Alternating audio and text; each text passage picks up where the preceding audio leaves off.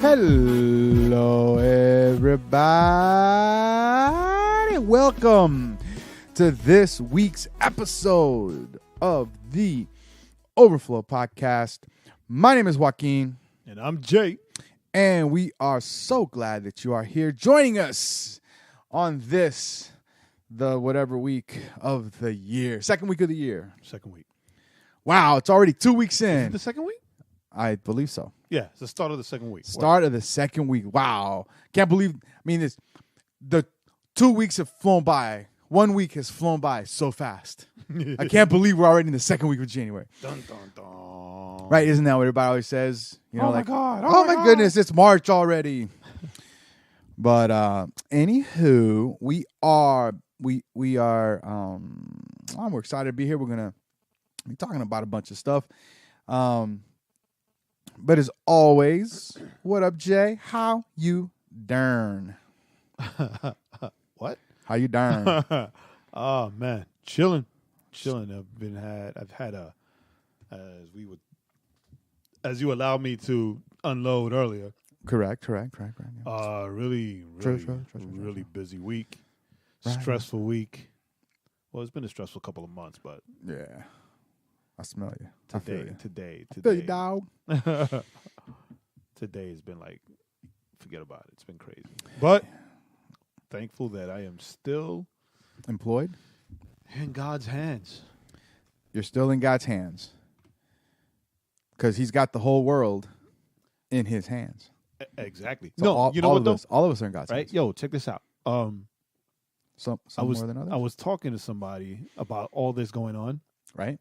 Yeah, me earlier. No. Someone a couple weeks ago. Somebody more important. And they're like, "Oh my God, are you okay? Are you all right?" I said, "Yeah, I'm good. Like I'm good." You know, there are two things, right? Number one, Mm-hmm.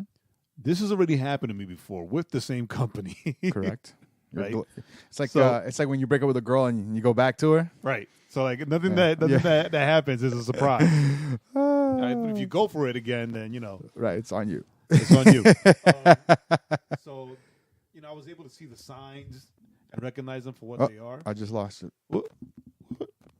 Push the thing, the plug.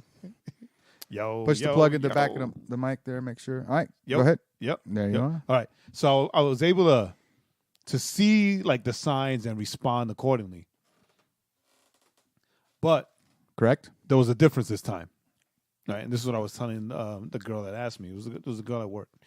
I was like, it's like when the Bible talks about those who have no hope.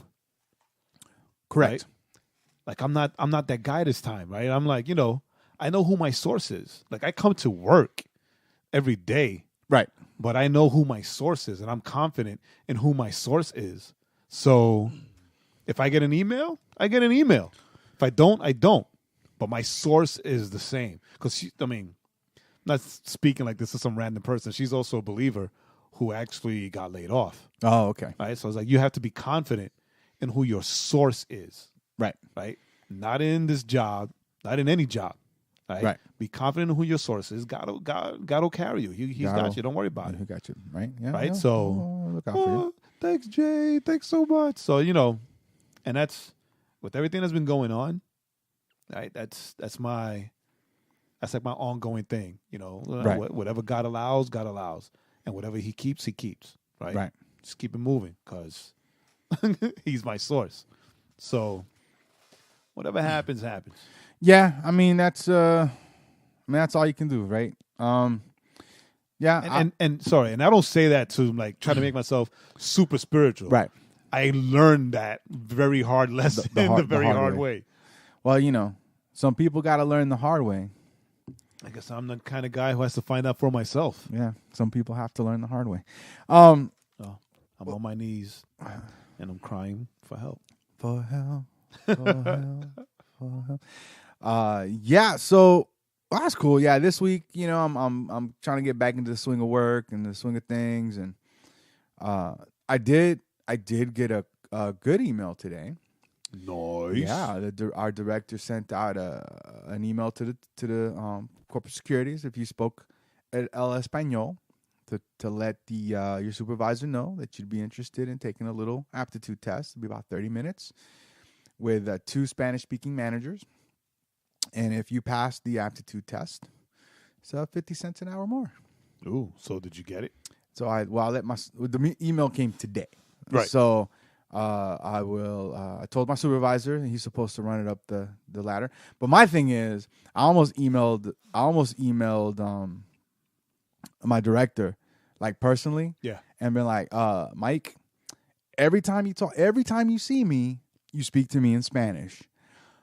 My name should already be signed up when it comes to, now if I see him in person, I'll tell him, because he'll get he'll take it as what it is, as a joke, because every few months I'm always like, hey man, when you gonna send me to Puerto Rico, that one office with that one office with the one person, they need security. Have you been to Puerto Rico lately? He just laughs. Oh, so like, true. Doesn't hurt to ask, right? But yeah, man. So I'm like, yes. So that's like $4 a day extra, which is like, once taxes gets taken out, that means I will be earning like $2 a month extra.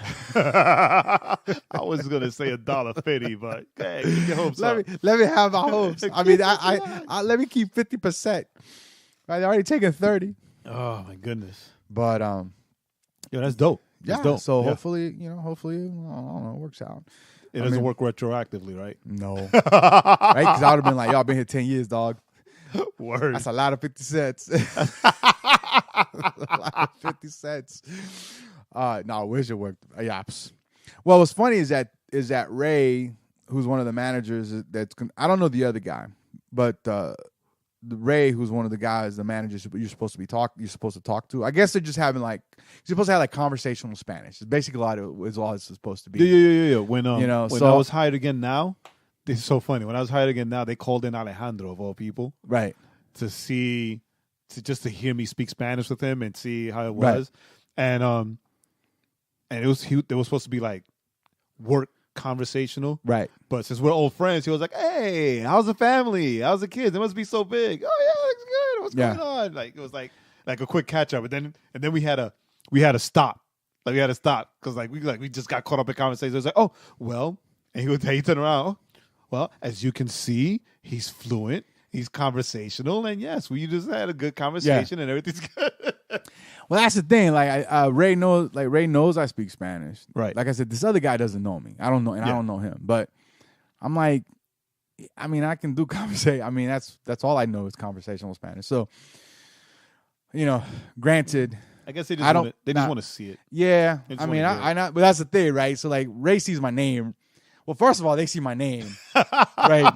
My name cannot be any more, Spanish or Latino or whatever. Can't be confused, like with my name when it was like Jay Soto, and they're like, oh, by your name we thought you were Korean. What's going on here? Yeah, or it's like, or you were Japanese, or you're like a half and half, right? Mm-hmm. Like your dad, half. You're milk and cream. Your dad was Latino, but your mom was something else. Right.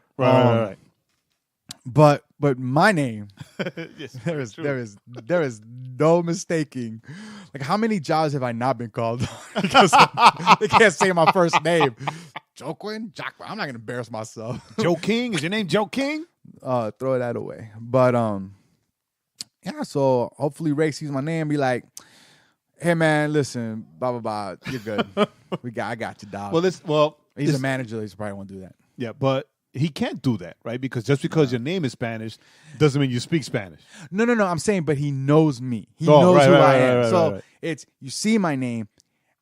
Ray knows who I am. I mean, last time he called in, he was like, "Hey, Joaquin, how you doing? I haven't talked to you in a while." Blah, blah, blah, blah. Nice, so he knows who I am. All right, dope. That's what I'm saying. I hope they sees my. He goes, we have a lot of people. Our department, with Spanish names. Our department, no español. And our department here in Atlanta. Yeah, there's only 2 of us that speak Spanish. It's me and this kid named Steve. And Steve is Mexican, and I'm the Puerto Rican. But we'll see. I've always said they should put me in management. They should just promote me, not even interview, because I'm the trifecta, right? So I give you a Latino, right? Right. So you get the ethnic, okay, Latino diversity, Latino. I'm a white Latino, so I'm not intimidating. You're a Puerto Rican. I'm a Puerto Rican, so you look at me and you're not like, oh, I'm scared. He's a brown guy or he's a black. No, he's just a white guy, and then he's Puerto Rican. Oh, I'm comfortable around him. So, no, I'm everything, man. No, he's Puerto Rican. Oh no! check him for a knife. Yo, how about hide your cars, hide your wife? how about the first thing? How about the first thing I did when I got to Puerto Rico? On the way in from the airport, my folks picked me up. Yeah. We stopped at a Walmart. And you bought a knife. I bought a knife. I was a cheap little $3 knife, and I was like, and I'm thinking to myself, I'm like, yeah, way to walk right into that stereotype. I just got to the island. I went to Walmart and I got myself a switchblade. I had to get a knife so I don't get stabbed. If they stab me, I stab them back. I stab him first and then I run. Because you stab him and you got to make sure that you stab him right so you have time to run away. So run away. Because you don't run away, they stab you 3 times. You stab them 1 time, they stab you 3 times. They get you. You start with, hey, man, I'm Pedro Navaja. You don't want to fight me. Yeah, Pedro Navaja who? Because these kids, they got no respect for history. You don't know Pedro Navaja? Por la esquina del viejo bar. No? You don't know that song? Okay, what's that? Look over there. Is that Bad Bunny? Is that Bad Bunny? And you run. You run away. You better run fast. Because these little kids, they run really fast. And you grab coconuts and you throw it out.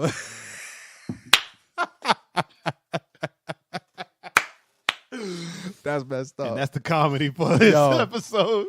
But that's real life. But yeah, it's real life. It's real life. Well, I mean, not throwing coconuts at people when you're trying to run away, because you can't do both. But yeah. So anyway, hopefully you went to Walmart. You bought yourself. I bought myself a pocket knife. A pocket knife or a switchblade? No, pocket knife. Pocket knife. Yeah, I don't sell switchblades at Walmart. Hold on, wait a minute. Where was the knife? What do you mean in my pocket? No, at Walmart. Where was the knife? Like in the camping area. It was in the camp. Was it out? Yeah. Or was it it was behind out. the glass? No, it was out. There was Seriously? No glass. So all right, hold on. I'm asking this for a reason. I'm going somewhere with this. Right? Because I'm about to blow your mind with where you're going with this. When I was in Puerto Rico, I couldn't find coffee. And when I asked for it, they had the coffee under lock and key. And I was like, oh, well, which coffee do you want? And I'm like, are you serious? What was the supermarket? Pueblo. Okay. Pueblo's everywhere. You know, Pueblo's No. Pueblo's everywhere. Right. So they had the coffee under lock and key. And I'm like, I think I laughed for like a good 10 minutes before I actually had them, you know. So I think that's that's only a Pueblo thing. Oh, it's only a Pueblo thing? Because so there's an Econo right by my grandma's house. You can walk to it. Okay, yeah. Or as I like to call it, the Econo. The Econo. And they were like, it's El Econo. I'm like, Econo. I'm like, right, it's an E. Econo. And they're like, no, it's Econo. And I'm like, look, all right, you people can't say the S when you're asking for a Sprite. You go Sprite. So don't be giving me no grief about. No, they don't say the T. It's Sprite. Sprite. But they go S. Yeah. S. They don't say Sprite. Sprite.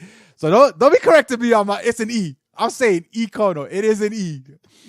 But that's right. But that's me, right? I gotta argue about something. At the Econo, yeah, or the Econo, no coffee's out in the open. Okay, so yeah, it might be just a Pueblo thing. But then we stopped at a Pueblo on the lock and key. So weird. I'm like, the alcohol is out in the open, but the coffee's on the lock and key. Now at the Econo, the alcohol was on the lock and key. So like they were flipped. So I shoplifted my coffee at Econo and my liquor at the Pueblo. I'm tapping my foot. You can't get it past me. I'm a sleek. But so what were you gonna say was gonna blow my mind? No, that was it. That was it. Just the fact that it was flipped. I knew you would be like Pueblo. I was like, that's why Pueblo. Apparently, Pueblo they steal the coffee, and in Econo they steal the liquor. So I flipped it. in like Flynn. It was so funny, yo. Yeah, it's crazy. I was angry because at first I couldn't find it, right? And then I was like, no, this must be something wrong, man. I must have missed it. Right. And then I realized that I didn't miss it. And then I'm pissed off because how are you a supermarket in Puerto Rico and you don't sell coffee? What's going on here? Right, What is it? We upside down? And you got to walk up to the guy with a shotgun. I want the Lareño coffee, like, please. Can I get? And the funny thing is that No. is that I asked someone, it's like, yo, Where's the coffee? like real talk, why do you keep your coffee like on the lock and key? And they said, ¿Qué? And no. Because you spoke to them in English. Get No. it? No, they actually answered me in English. They're like, I don't know. I'm like, it's like, did you guys go through a time where people were just like stealing massive amounts of coffee? Like, no. They just keep it on the lock and Yeah, key. that's so weird. But what's funny is we went to the corner to pick up something. Me and Becca did, and my sister's boyfriend was with us, so he was ahead of me, and he was paying for what he was buying. And he said something to the girl in English. I said, "I speak to her in English. She'll understand you." That's what I'm like. Just speak to her in English. She'll understand you. I don't know if she will. So the girl was like, "Huh?"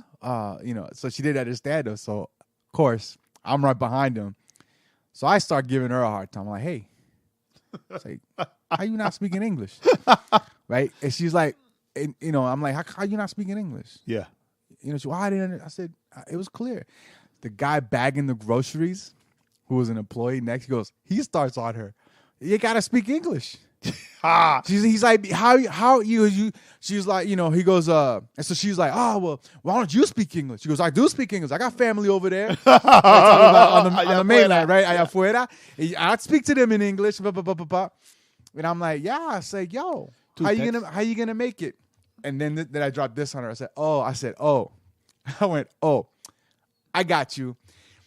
If it's now, in Spanish, I say, si es un gringo guapo, así vas a hablar inglés, If it's a ¿verdad? good-looking white if guy.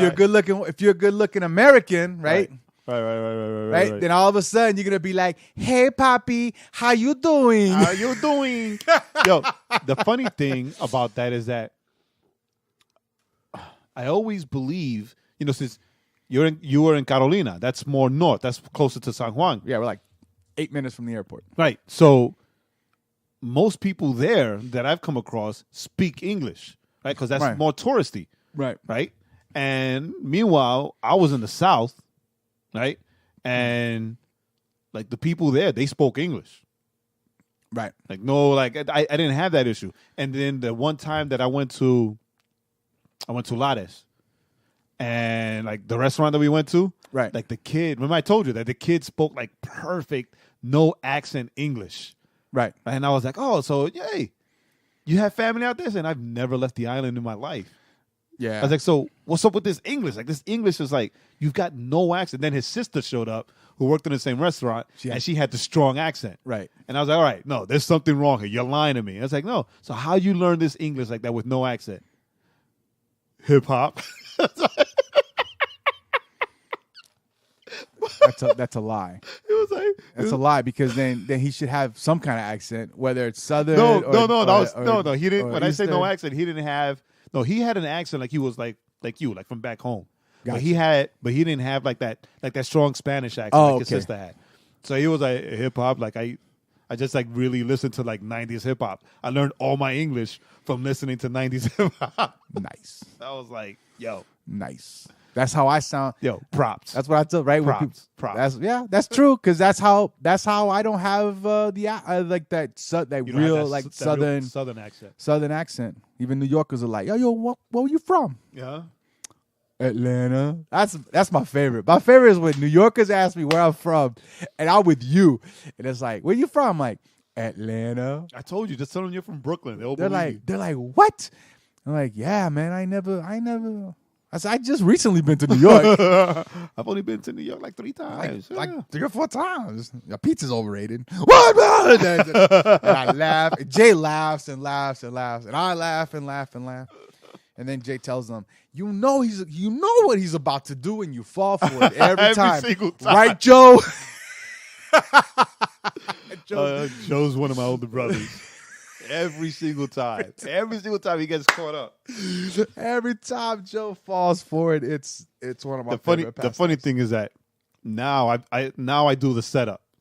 Just so I can see him get bent out of shape. Yeah, I think the funniest part, one of the funniest ones ever with Joe was when he would argue about how like, well, you know, like Atlanta they don't have like the plays and the stuff like New York, you got Broadway and all this stuff. Right. And I think and then you went, Joe, when's the last time you went to a Broadway show? He's like 4 years ago, 3 years ago, whatever.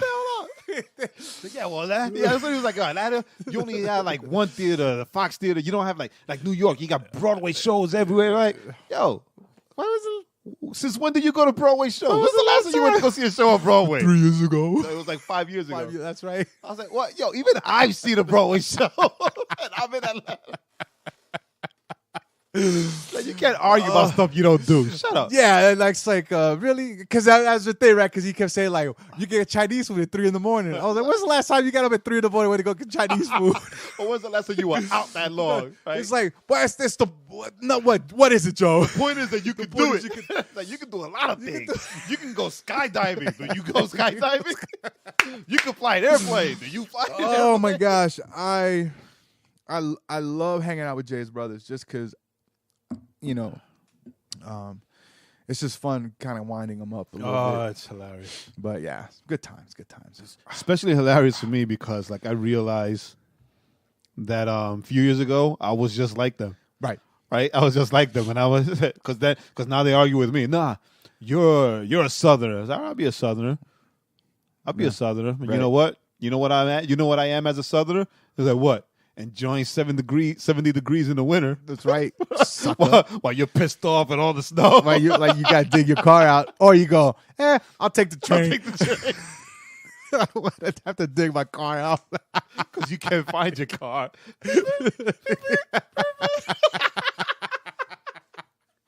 Or like what happened to me when I lived in Boston. Oh, my goodness. That I dug my car out, right? And then when I went to bring the shovel back upstairs from my apartment, I came downstairs. Right when I was gonna go to the car, I see the truck with the shovel dump more snow on my car.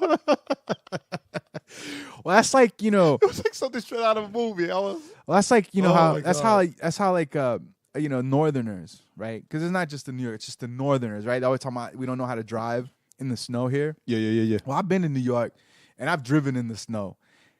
That's not the same stuff we get down here. We don't get snow. You know, I've driven in snow. No, yeah, that's what I say. Right, you know, but down here, right, here in Atlanta or in the South, we get ice. Yeah. Right? So I'm like, okay, yeah, you guys talk. So now I can actually be like, well, I've driven in snow. Yeah, even y'all can't drive in this stuff. No, but that's what I tell them, like, because they're like, oh, it snows in Atlanta and it gets shut down. It's like, no, we don't get snow. It starts off as we snow. don't get snow. Yeah, it starts as snow. 30 but minutes then, later, it's ice. Like, you know, as soon as the temperature drops, it's all ice. Like, it even sleet starts falling. It's all ice. Yeah. By the time you wake up, it's not that snow is covering everything. It's that everything is encased in ice. In ice. I took a picture of my car, my old car. I took a picture of my car. Look, I went real close. It's like an ice casing. Like, yeah, it's just encased in ice. Yeah, it's so much fun. So yay! Yeah, so we got to go to New York. I can't wait to go back. The city I love to mess with. So okay. So we're gonna kind of. There's just the one thing we're gonna jump on. Well, there's a couple of things. So let's go do this. Jump for my love. What? Jump for my love. Oh yeah, that's right. Jump for my love. All right. So today, let's do this. So we'll do this. But I'm sorry. I'm looking at two different things. All right. Is this the what the? Not yet. So we're gonna let's talk about so Jay ran across this this show called or this TV series. Right. It's called The Chosen. And it is supposed to that they've advertised it as a multi-year episode or multi-episode. Basically a series. A series. Like a multi-episode series. called The Chosen like every other series. Right. Right. Don't you hate when you say something, you hear yourself say it, you're like, why did I say that? I'm so redundant. On the life of Jesus. And so they don't have a trailer, but we will be linking the pilot episode, which is on YouTube. So you guys can look at it. We saw the first maybe 2 minutes or so. Looks pretty good. It looks pretty high end. Yeah, it looks pretty authentic. Looks like they took care, they took care in making sure it looked authentic. And their website is, I think, it's a Kickstarter where they're raising money so they can produce, fund and produce this. So and I read a little that the director and the creators are really focused on making this super authentic and like exactly as the Bible writes it. Okay, cool. Right, or narrates it, right? Because like a lot of people they take at least they're not making it relevant. They're not. A lot of people take a lot of creative liberties, right? But they're determined to give the story as the Bible gives it. So that's dope. So we'll be linking that because it's interesting. So hopefully y'all will. All of y'all check it out. And then today's group, Jay found them, sent them to me. What's funny is that this group has a cover of Reckless Love, right? And I thought that was the song Jay was sending me. So I hit play. I didn't like their cover, but I'm also kind of tired of the song a little bit. And anytime I hear it, all I can think of is Breakfast Love, right? Which, because Cal really ruined the song for me. Did he? It was his little remix. Right?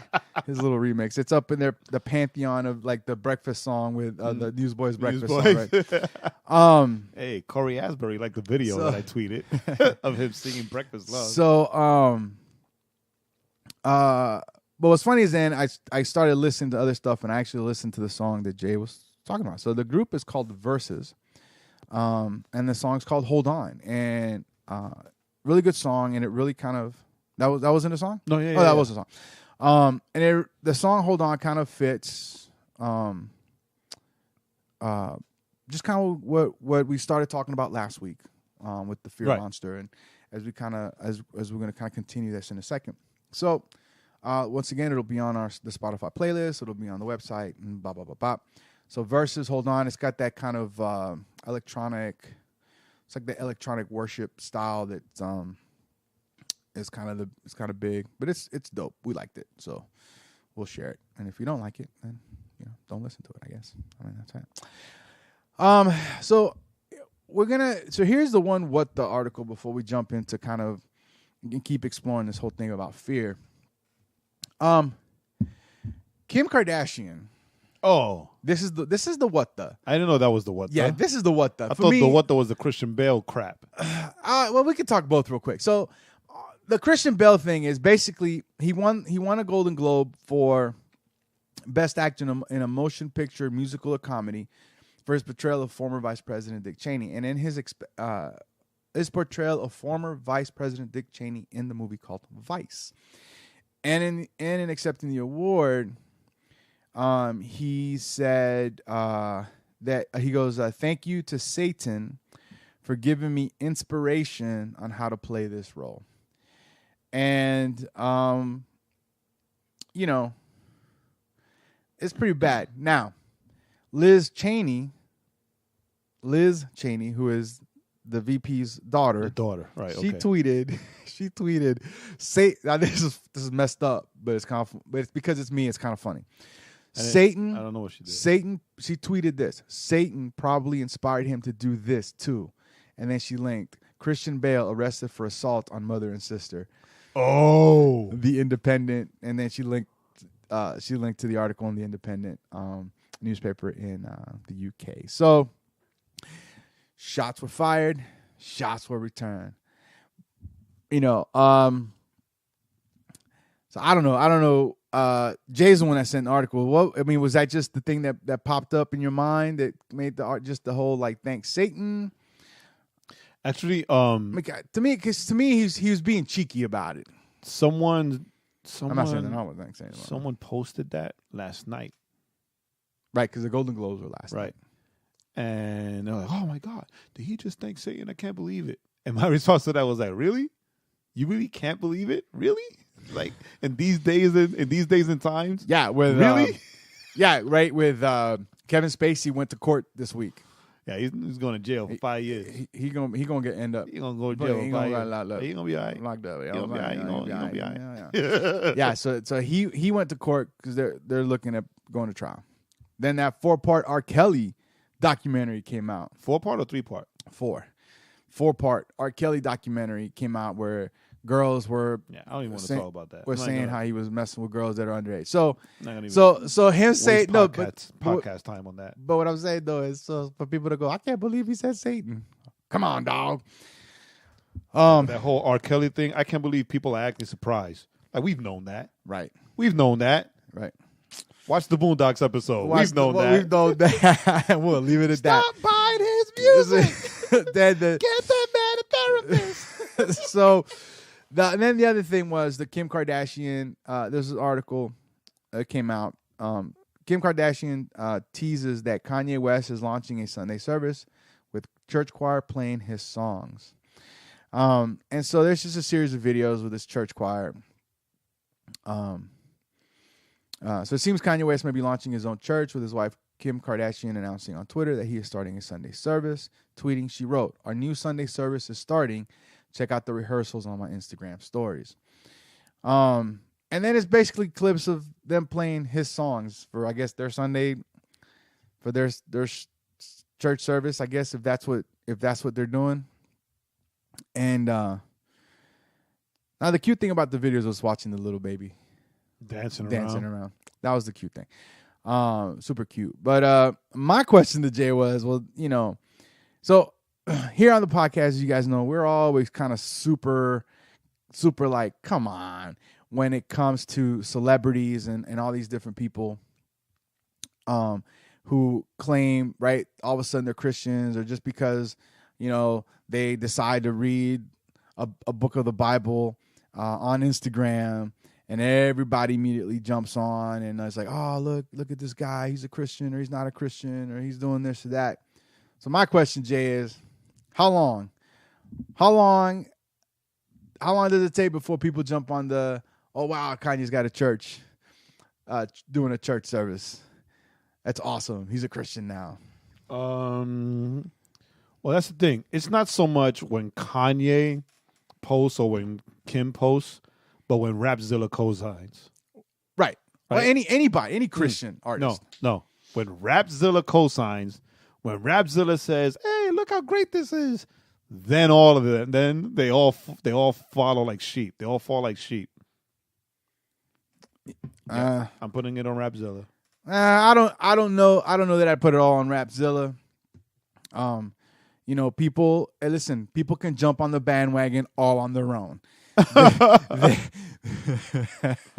They don't need to be told by any particular group or website. Yeah, I'll agree with that statement. So it'll be interesting. I'm super, and maybe I shouldn't be, but I am super curious to see what this is all about. But this is the thing. I spoke to DJ 412. I didn't speak to him. I sent that to him, and I was like, "Yo, what's up with this craziness?" And he said that it's not that he's starting a church; that it could just be that she called it. What is it? Church service? Church service. A Sunday service? Sunday service. Because it was a gospel choir that was singing his songs, and it was being done on a Sunday. Right? So that was just like her thing to say. But I guess we'll all just find out soon. We'll find out. You see, the only problem with that is she wrote, our new Sunday service is starting. Check out the rehearsals. So the videos are the rehearsals. That's my only thing is like, So I guess we'll see. It should be Chance the Rapper will be the lead pastor. It should be interesting. Jay loves himself some Chance the Rapper. All right, Jay. So You teased on Instagram, and Magda did not like that image. I'm assuming on Twitter, also. Nah. Oh, okay, or just on Instagram and Facebook, or just Instagram. No, both. Well, yeah, because you Instagram can, is connected. Yeah, you can tag it. I don't have Facebook or Facebook Messenger anymore. I deleted those apps. I got Messenger, as I said I would last week. Yeah, I got Messenger still because I still could talk to some people on Messenger. Right. But if I get on Facebook, I have to go to Chrome browser, open it. You know what I'm saying? To look at it. No, that's what I did. They close it and all that's that what I stuff. did today, and I had like 15 messages. Yeah, me too. Right, so I was like, because I blocked okay. notifications. I didn't want to be notified. I was like, oh, okay, look, check that out. I answered like one back. Right. But yeah, it was just on Instagram, right? And the thing is that Joaquin in last week's episode, he mentioned the whole fear monster from our friend Marve, that Marve put it on. Well, she stated it as a fear monster, and that really stuck with me because, right? A lot of pastors, a lot of preachers, whatever, it's always about, face your giants, fight your giant, kill your giant, right? But that's not. It's real in Scripture, and it's real in the Bible. And David and Goliath is Sebastian's favorite Bible story, right? But like you tell me, oh no, well, you got to face your giant. I'm 6'2". Like there aren't that many things that are giant for me, right?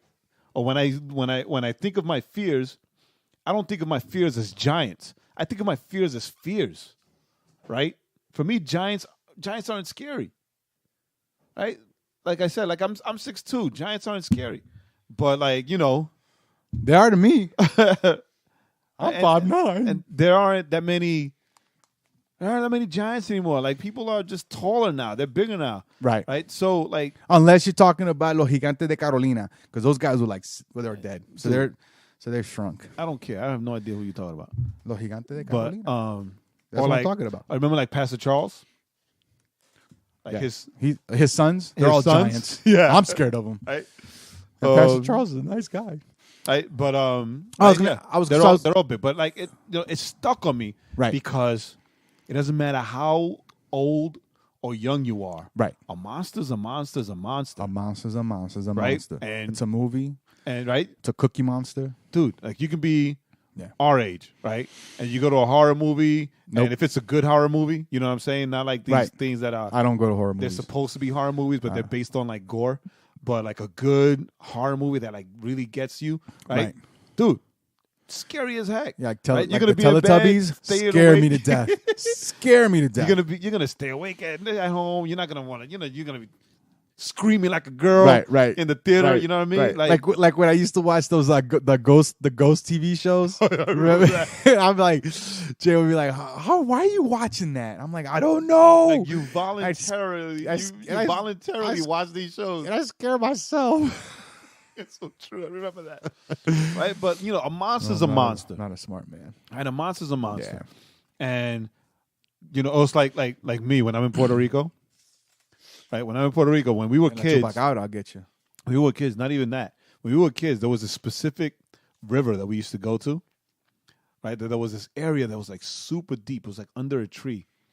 And my uncles would tell us that like some kind of beast lived there. Right. Right? Don't go near there. And it was basically don't go there because like it's super deep and I don't want to jump in there after you if you start drowning. But like some kind of beast was in there. So like we were like scared to go even near there. Nice. Right? But I remember when I was older. Good job, uncles. When I was older and I went over there again, like I was like, well, I'm older. But like a little bit of me, right? Like there was a tinge of that fear that was still in me, like right. And then Jay jumped in, and it was only like 3 feet deep. He was like, all this time. I still didn't go near it. I still didn't go there. My cousins would laugh at me or whatever, but then they wouldn't go near it either. Right? So it's like we all were still affected by the imaginary monster that was in this specific part of the river. Yeah, I mean, so when you were saying, Marve's, so this whole idea of the fear monster, Marve, when she talks with me and,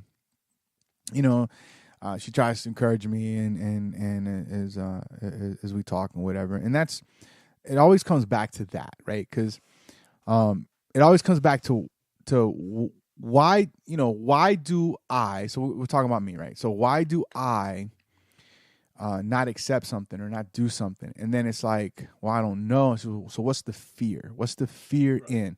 So, I guess we'll just go into like so. Jay was talking about jumping into the water, or whatever, and being scared. So that's kind of that's a great example because really a lot of times I think the fear that we embrace, right? Because I think we do kind of embrace it, right? Is that fear of diving deep into ourselves, into maybe who we are. I think we're so I know for me. So for one example, I'm a super broken dude. So like one of the many examples for me, right, is it's like I don't take compliments well, right? So so we were talking and she was asking about my weight loss, whatever. I'm like, yeah, my problem that I face right now is one of the struggles is anytime I look in the mirror, I still see 104 pounds ago, or whatever it is, right? That's who I see. And so why? So it's like, why? It's almost like, am I afraid to see myself as I am now, physically, right? Because of what that might, how that might change how I behave, because I'm used to behaving a certain way. Right. Right? You Because I was bigger. How you were was based on. Oh, we lost you. Yo. There we go. Yeah, how you saw yourself, right? Controlled everything about you, your personality, how you interacted with people, right? Yeah. Right. So, so this idea of how do we face these fears? My dad, who I love, but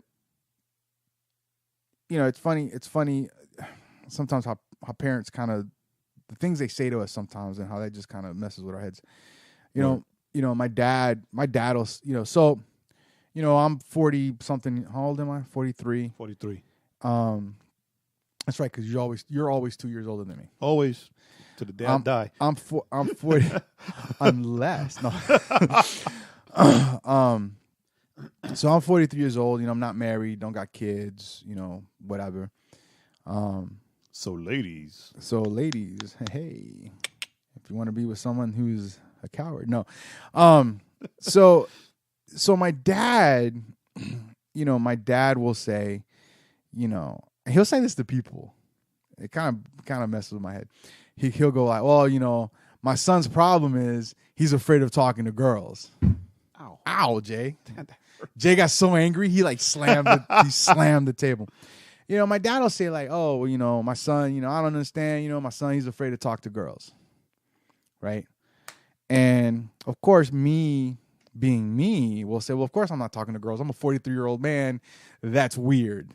I'm afraid of talking to women. Age appropriate. But I do have a fear, right? Of it's not talking, because I can talk to anybody. And most anybody that talks to me, most of them end up, liking me as because I'm a funny dude. But what's my fear in that? Right? Why am I afraid of putting in that aspect? Yeah. What is my fear? So that's that. Why monster. are you afraid of putting yourself out there? Right. Why am I afraid of that? Mm-hmm. And that's the one thing that it's one of the things I wrestle with. Yeah. Right. One of those monsters. Right. Rejection obviously is one of them, and that kind of, which is funny, right? Because rejection for me angers me. Right, not rejection from women, because that chapter of my life is dead. It's done. It's done. But when I put myself out there and make myself vulnerable to do something and I get rejected, that upsets me. Right? Because, all right, so It's piggyback. You get piggyback right into that one, right? It's so funny, right? Because I was like, yeah, I promote this as we're gonna have an honest conversation, right? But we're bearing our souls here. That's one of my monsters, right? Making myself vulnerable, yeah, right? And it's not just a New York thing. It's also, like you said before, like a lot of things that our parents say to us. They stick with us. They make up our identity. We grow with that. Right. We grow with that. Right. For good or bad. And my dad, an amazing man, but he okay, not making excuses, but my dad was raised, my grandfather was an abusive alcoholic. Correct. Right? No education or low education. Right. And he raised my dad that way. So my dad grew up only knowing that example of fatherhood. Correct. Right. So, he was great and then he wasn't. Right. He would praise me, right? Say that, he would call his kids trophies, like, oh, these are my trophies. They're the best things that I ever did. But then he'll like say other things about us or about me, since we're talking about me specifically. And you carry that. Like we carry those things because as boys, our first hero is our fathers. Right. Right. So whatever our father speaks into us, that is what we carry with us. Right. So you meet me, right? I seem super confident or arrogant or cocky. Right. And a lot of that is because I have to put up a front because somewhere in the back of my mind, like gnawing in the back of my mind, are the things that my dad said to me. Right. Right. That I still, to this day, 45 years old, I got to pray against. Or I got to like catch myself. Right. Like when I respond to people or when I try to like, be a dad to my kids, that's I gotta catch myself. And people don't know that, right? But the thing is that my monsters, I specifically have to do like with how I was raised in the church, right? Right. I've shared a lot of times that I was raised in a super mega ultra legalistic church. And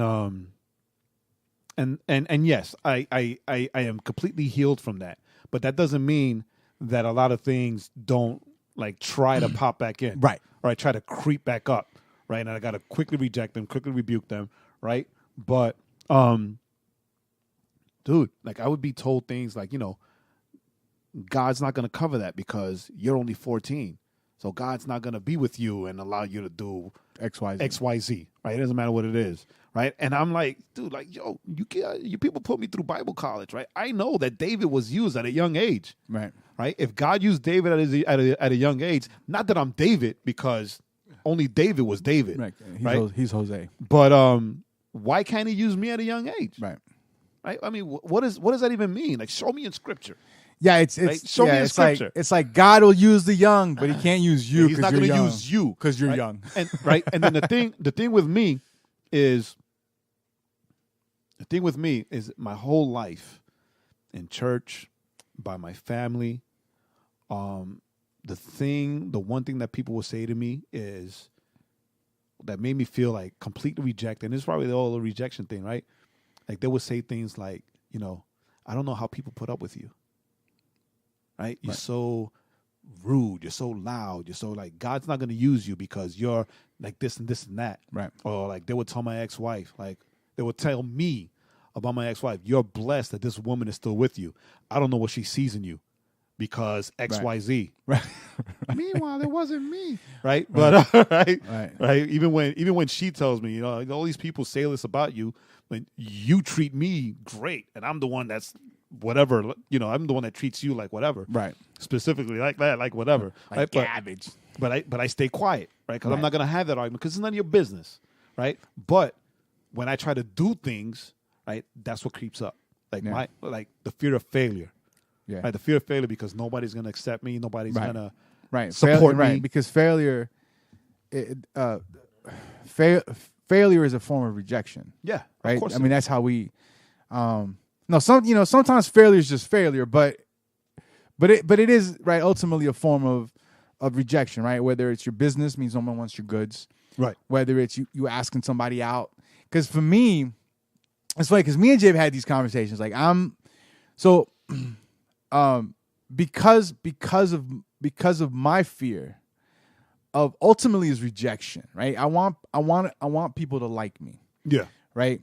So you default. You're Chandler. You default to the jokes. Right. So so part of my personality is I'm a jokester, but part of my personality is right. The jokes is my self defense. Yeah. Right. And so I learned, a long time ago, because when I was younger, and I was chubby and whatever, a little heavyset kid. I wasn't fat. I was just a little chubby kid. I had to learn to defend myself, right, by using humor, right? So this is where, Jay. One of the things Jay hates about me is that I am super self-deprecating. Like, I'm so self-deprecating though. It goes from ain't nobody gotta name call me because ain't nobody better at name calling me than me. Right? Like, your words don't hurt me as much as my words hurt me. Hurt me, right? But that was how I learned. Yeah, so I had to take this thing. I had to tell him, yo, from now on, every self-deprecating thing you say, you got to pay me $1. Right. It's just like, I told Jay, now that I'm enough is enough. But now that I'm thinner and faster, but try to collect, sucker. But the thing is also right that you reject yourself before somebody rejects you. Correct. And right? Correct. And it's funny, right? Because these things are so ingrained. Like, where we self-sabotage if we know. It's weird. Like, in our psyche, I feel like in our psyche, if we know there could be a chance for a little success, we'll just screw it up ourselves. Yes. Right? Yeah. We don't want to give them the chance. So speaking on that, I did a thing today. I was pushed to do a thing today by Juice. Because Juice also knows, like, the things that I, like, don't do because of whatever reason. My fears, the fear monster of rejection or not connecting. Right? All right. Okay. So Jay's afraid of connecting with people. I love to connect with people. I'm just afraid of girls. It's not so much that I hate connecting with people, that I'm afraid of connecting with people. I'm afraid of connecting with, like, people in leadership, right? And, like, in church, right? Or like kingdom, like other Christians in leadership, because of two things. Number one, I was always seen as, like, too radical in my like, little church group. Yeah, not just the church group, but, like, my ideas for outreach or my ideas for, like, reaching people for the kingdom were always seen as a little bit too radical. Right. Oh, no, God's not going to bless that. No, you crazy. You can't do that. Right. Because of the legalism.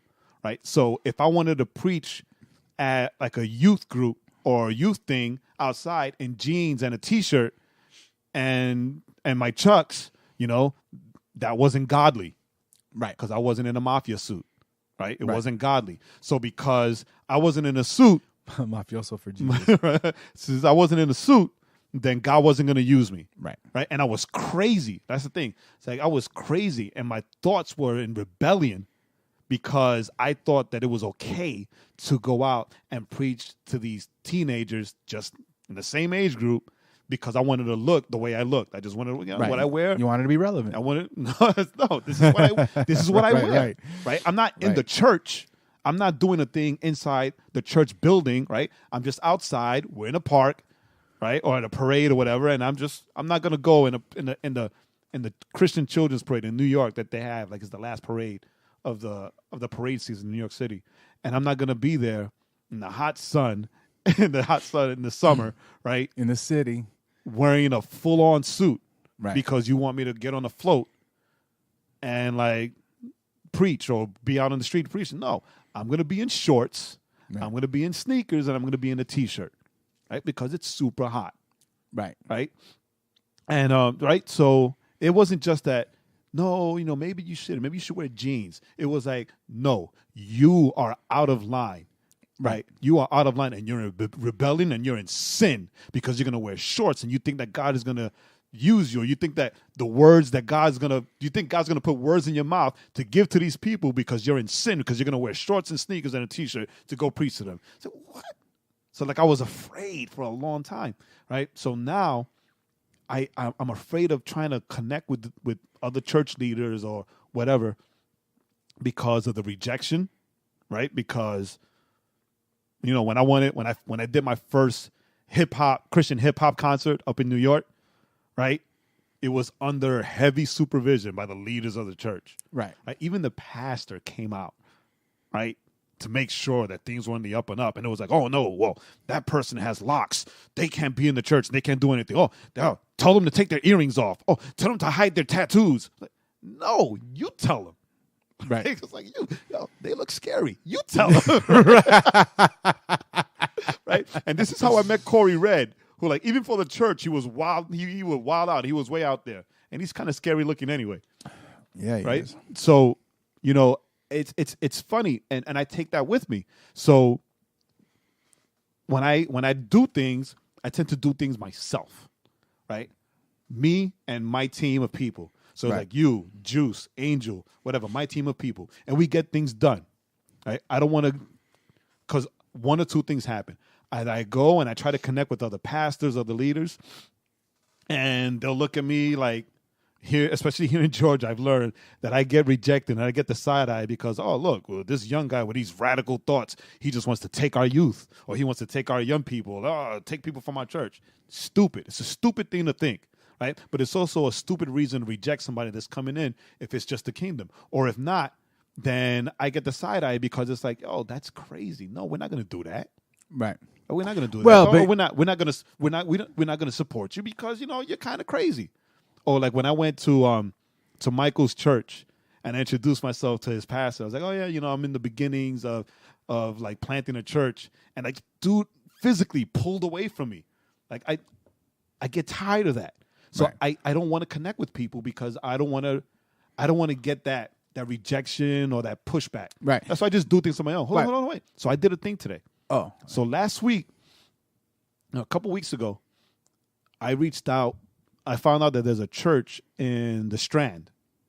There's a church that meets there every Sunday. Right. So I sent an email to the pastor of the church. Right. Because I wanted, and it was only because I wanted to ask him how he was treated by the people of the Strand, as far as having a church there or religious service there, right? Are they friendly? Are they accommodating? What are the rules? How much does it cost? Like things like that to get some background since he does it weekly. So he hit me back, right? I even sent my phone number. You can call me anytime, right? So he texted me. This is my number, call me anytime. So I went and I called him. We had a good conversation. And he was like, well, and when I told him he was like, well, what is it that you want to do? I said, well, legacy, we do shows, we do things like that. And I want to do a conference there. Like for years now, I've been carrying this to do a conference at the Strand, right? But fear or other things or like money has kept me from it. But I really feel that God is pushing us now to do a conference there, right? And I was like, all right, yeah, that's awesome. He's like, what? And the first thing he said was, well, I think the first thing you need to do is, I didn't ask you, first of all, in my mind, I was like, I didn't ask you for advice, right? I'm asking you about the Strand. So the first thing you need to do is try to connect with the pastors in the area, because I don't know who you are, and I don't know if, I don't know how many people you'll be able to bring to fill up the Strand. So maybe you should connect with the pastors in the area, since you're doing something for outreach and for unity. So connect with the pastors in the area. And I was like, you know what? I've tried all this before. I've tried to do things connecting with pastors in the area and have gotten rejected by each and every single pastor. Meanwhile, the pastors in that area, you guys aren't connected. So you got like 15 churches in that area. And he was like, yeah, you've got 15 churches in that area. Maybe more. But you got a giant church behind you, right? First Baptist, whatever, Marietta. You got the giant Lutheran church on the other side where the Mowers used to go, right? You got Stonecrest? No. Something like that. Something like that, right? And I asked them, how connected, how united are you guys like within yourselves? And if you're all pastors in that area, then how united are you guys? Like, do you guys meet once a month, all of you, to see how you're going to together win the people in that community, in that area? Dude tells me no. And I'm thinking like, yo, so why are you asking me to connect with these guys? Like, what are you, like, if you don't do something, then why are you asking me to do what you don't do? And you've been there for years, right? I didn't say that though. So I'm like, okay, well, but he said, oh, there are a few of us that like meet and we have breakfast and we talk and whatever. And I said, all right. So maybe, you can come to that. I'll invite you to that. You come to that. So I bet. Cool. Let's talk about it. Right. This is what I want to do. Right. I would not say I would love to connect with churches. I'm not trying to start a church to meet at the Strand. You're already there. We don't need two churches there. Right. Right. But I would love it. Right. Like what we always want to do. I would love it if the churches in the area will meet with me, because if anybody comes to these conferences and they accept Christ, they need a church to plug into. Right? Will it be you, since that's where you hold services and that's where they came to know God and they just come back to where it happened? Or it'll be somebody else. I don't care. I'm not trying to start a church, but I am trying to let people know that there's a God that loves them. Right? That's it. Right. Plug them into churches. Right. Right? I'm not trying to steal anybody. I'm here for the lost or the people that need to return. Right? Plug them into your church or any other church. And then he said, well, I would love to meet with you so we can talk about this and you can share your story. All right, cool. Let's do that. I'll let you know when my next work from home day is. Texted him last week. Hey, I work from home on Thursday, next Thursday. Let's get together. Texted him again. Hey, like no response. Right? So then Juice tells me, yo, stop texting him and call him. I'm not going to call him, man. I'm not calling him. That dude hasn't responded. He said he was going to reach out to me. I've reached out to him twice already. He hasn't responded. It's like, Jay, listen to me. If you're building relationships, then you need to call this man. Right? And I know he's right. Right. Right. I know he's 100% right. Right. That's why I said, all right, fine. I'll call him on my way home. I didn't call him until maybe 10 minutes after I left, because I had to get over myself. And I called him. It went to voicemail. Right. So I was like, oh, it's this guy again, voicemail. Right? And I was going to hang up. The controls are on my steering wheel. I was going to hang up. But I left a message. Yo, this is Jay. I'm free on Thursday if you want to meet for lunch. All right? Give me a call back. Let me know. Confirm, or if you want to switch over, then I left a message. Dude, it was the hardest thing that I've had to do today. And I had a lot of things to do today. Right. That was the hardest thing, because I had to face my fear, or in this case, I had to face my fear monster and remember that above all things, I'm a man of God, right? And I'm trying to do something for the kingdom that I feel that I was called to by God, right? And that's the thing, that we tend to concede to the fear monster because it's easy. Because it's easier. Yeah. Like we become a lot of these. Remember when we were kids, it was My Pet Monster. Right. Right, that doll. You walk around, the pet monster was your best friend. A lot of us have become so complacent and so at ease with our fear monster that our fear monster is the thing that we have had the deepest and most meaningful and longest relationship with in our lives. Right.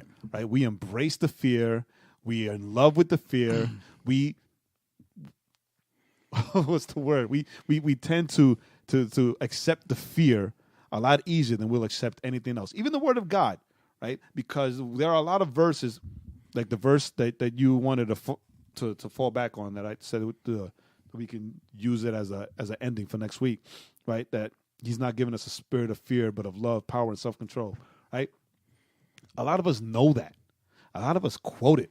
Right. We say it to others. Yep. And yet, while we're saying it, we're still embracing our fear monster.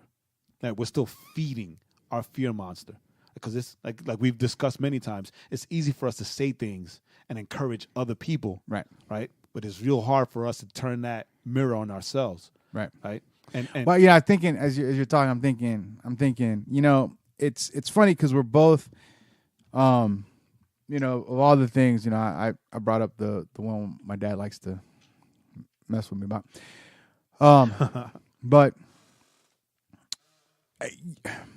yours is no different than mine. No, they're the same. They're the same thing, mm-hmm. right? Where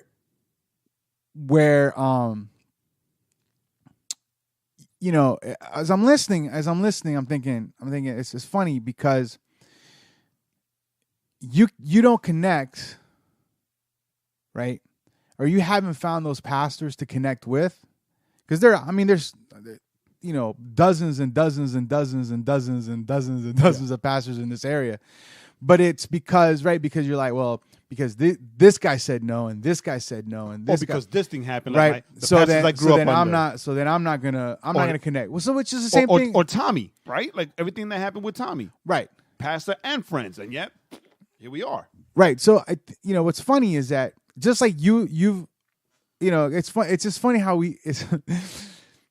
For me, it's like, well, because I've experienced this rejection, and this way, and this way, and I've turned them into just funny stories now, but they're still kind of like, but they've marked me, right? Yeah.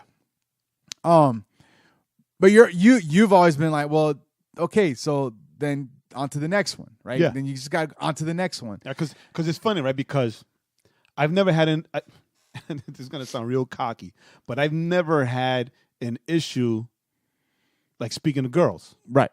Because unlike your dad, my dad was like, he had the worst advice when it came to like speaking to girls. Right. My dad was a believer, but he always pushed. Yeah, my dad wasn't a believer. So I won't even share. You can't even repeat. I can't even share what his advice for women or the talk that we had. It was the fastest talk ever in history, right? But yeah, so it's different.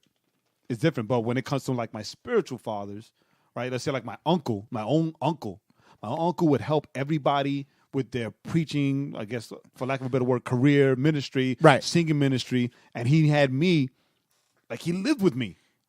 And he'd be the first one to criticize and put me down and put me down, right? So it's like, it's a weird, it's a weird dynamic. Yeah, it is. It's funny because I was thinking, as you're talking, I was even thinking about Scott. And it was funny how, Scott's about to be pastor of a church and, and everything.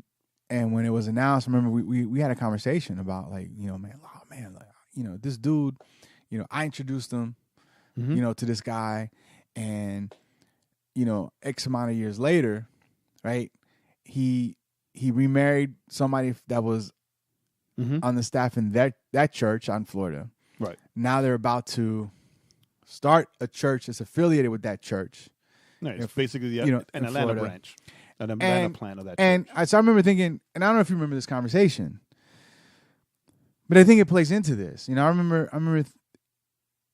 thinking, or I remember telling you, right? It was like, well, the difference is, Scott, he attacks. Yeah. Right. Yeah, when he gets a sliver, he attacks. Yeah. He right. And he goes after it. He knows how to put his foot in the door. Right. And he attacks and he attacks and he attacks. And then if it that because we've known this dude, so we've known where he's that didn't work. So he and then finally boom. Yeah. Right. And I think that's where things like for us, for you, let's say in this specific case, so you attack, right? And then it doesn't happen the once or the twice, right? And then you pull back. Well, I'm done. And then it's like, because what I do, right? I'm done. But not only am I done with this person, I'm done with everybody. Because of that. Yeah, paint them all with a broad brush. Right. Because of that fear. And I think that I know, it's really the advice is the same for both of us, right? Is that we've got to figure out how to get over ourselves and just attack. The takeaway is, right, what we want to do for ourselves, stop looking at the time, we talking. No. What we want to do for ourselves Oh, and for yeah. everybody that's listening, right, is to find ways that they can starve their fear monster. Right. Because we feed our own fear monster. Right. The fear monster doesn't just come out of nowhere, right? Right. We create it, Right. right? And then we continue to feed it by, like me, like I'm not gonna connect with these people because, you know, I'm just gonna get rejected again. I'm gonna get pushed back again. And the thing is, like, right? And I tell people this, right, but it's hard for me to live it. Like, it's hard for you, right? You can't be a kingdom within a kingdom, right? You can't be a kingdom within a kingdom. We are all in the kingdom of God. I can't have the kingdom of Jae or the kingdom of legacy, right, within the kingdom of God. Right? Legacy is a part of the kingdom of God. Right. And when I'm trying to do things for legacy, but I'm trying to do it still feeding that fear monster, right? Right. The right thing for me to do is connect with every single pastor that's there. That you can. Introduce myself to them. Let them know what the vision is. Let them know what the mission is so they can come and be a part of it if they want to. And Right. if they don't, then they don't. And then that's okay. But I feed my fear monster by saying, you know what? I've done so many things by myself I'm still because of the rejection or whatever, Right. then I'm going to still do it. right. Right? Because then on the flip side, right? Remember when we tried to launch Legacy at first, right? I went and I tried to connect with people, and then I started listening to people and what they wanted and how they saw things, and then I started, like, you know, appealing to them. And Right. the vision of Legacy got totally flipped on its head. Right. And so boom, it still didn't work. So like in my brain, you know, I didn't do it and I fell on my face. I did do it wrong. It was distorted and I fell on my face because when I did appeal to the people, right, it was still through my fear monster, right? Because I was afraid that if I didn't give them what they wanted or do things as they saw it, Right. then I would end up at the same place where I ended up. Where you ended up. Right. Right. And that's the, you know, it's you know, I think of, you know, you think, you know, guys like David, you know, who, right, he faced, he slayed the giant. Right. Right. But he also had a lot of defeats. Right. Yeah, at the end of the day, we all know him as a man after God's own heart. Like that's Correct. like that's the tag for David, right? Man after God's own heart. Even though he did things that were not of God or, Right. you know, or that did not align that with not God's aligned heart. with God's heart. But even so, it's like, you know, David ran, right? David ran. He was afraid, but yet he still, when he had to, he like boom, he stood bold.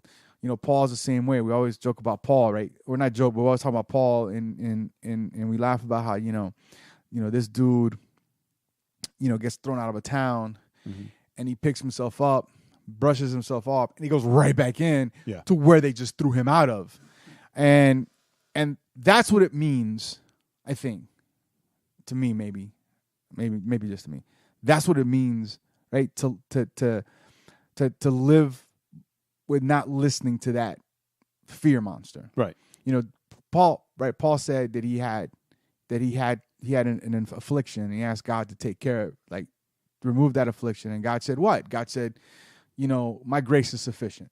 I'm sufficient. Right. What those fear monsters are our afflictions, to is a way of looking at it. And it's us learning to say, God's grace is sufficient. Yeah, God is greater, right? You It's know. like the old VeggieTales song. God is bigger than the boogeyman, right? Now, the thing is, right? We were discussing this earlier, and I was reading to Joaquin, you know, 1 John 4:18 and 19 that says there is no fear in love, but perfect love casts out fear, right? For fear has to do with punishment, and whoever fears has not been perfected in love. We love because he first loved us. And I was reading that, and I was telling you how, you know, outside of kingdom mentality, of kingdom thinking, right, we say that the opposite of fear is courage. Right. Right? Oh, you know, the lion from the Wizard of Oz. Right? I Oh, need it's courage. courage. It's courage. But within the kingdom mentality, within the kingdom mindset, and within the kingdom, right, the opposite of fear is God's perfect love. God's perfect and love. And the thing is that what I love that this says, it says, you know, for fear has to do with punishment. And that's what the fear monster does, right? The fear monster, if we continue to feed it, then it continues to grow and loom over us and keep us under its thumb. Right. And we feel the weight of that. And it's almost like a punishment that we put upon ourselves because we can't go on. It causes us can't go further. And we stay stagnant. And the thing is that it'll surprise you, Quinito, how many people are in the church, right?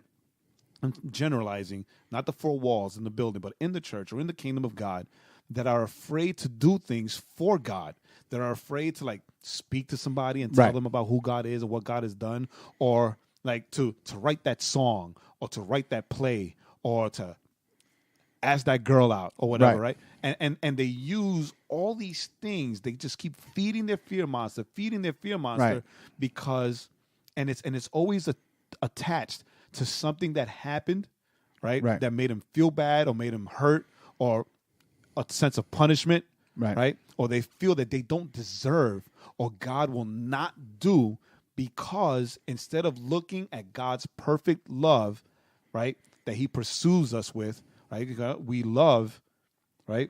We love because he first loved us. And the fact that he gave us his perfect love since the inception of creation, right? We have the authority and the freedom to do things, right? To come to him with things and ask him and be bold and do whatever it is that is in our heart to do to glorify him, right? Yeah, because we look at, so we because we feed this monster, what we do is the monster doesn't do this. We punish ourselves. Right. We end up, I feed the monster, right? And I'm punishing myself, right? Because I'm not taking, and it was funny, correct? Because it says, but, I'm reading from the ESV, but perfect love casts out fear. Well, perfect. So Paul is able to walk back into the city, danger. Into the city. They just threw him out. Why? Because he knows, right? Fundamentally, in his very core, he knows what? He knows that God's love is sufficient. Well, what? How did God demonstrate his love for us? Right, by giving his life. Giving his life. By extending us what? Grace. And what did God tell Paul was sufficient? His grace. And it's like, dude, you see, I'm a scumbag. Right? You connect all the dots, right? You connect all the dots, and you get the secret, right? The secret that is out not in the Oprah's open, secret, right? The Bible, the Bible, God's. You get this secret that is out in the open. Right? It's not really a secret because it's in your face. It's in your face. On how to starve your fear monster, right? How to starve your fear monster. You starve your fear monster by recognizing and realizing that God's perfect love, right, casts out all fear. His love and grace. Right? His love casts out all fear, and his grace fills you with the courage that you need to face your fear and reject it and push it aside and not be ruled by it anymore. Because a lot of us, and myself included, and you included, a lot of us are sometimes, even most times, ruled by our fear monster. Right. We don't want to get rejected. We tend to seek the words or the comfort of our fear monsters before we seek the words and comfort from God. Right? So that's what this whole thing. That's how come we went over time, whatever, because I felt that it's important for people to hear that this is how you starve your fear monster. Right. This is how you get up, right? And you do things boldly. You do things boldly for the Lord. You do things boldly for the kingdom, right? Whatever it is that you want to do, right? Whatever it is that you want to do. Not everything is about preaching or ministering or going out there, right? Sometimes it's your passion, your dream. Starting a hobby, talking to someone, going on a trip. Getting that girl. Getting that guy. If you're a girl, get the guy. If you're a guy, get the girl. That's where we leave it, because that's it. That's it.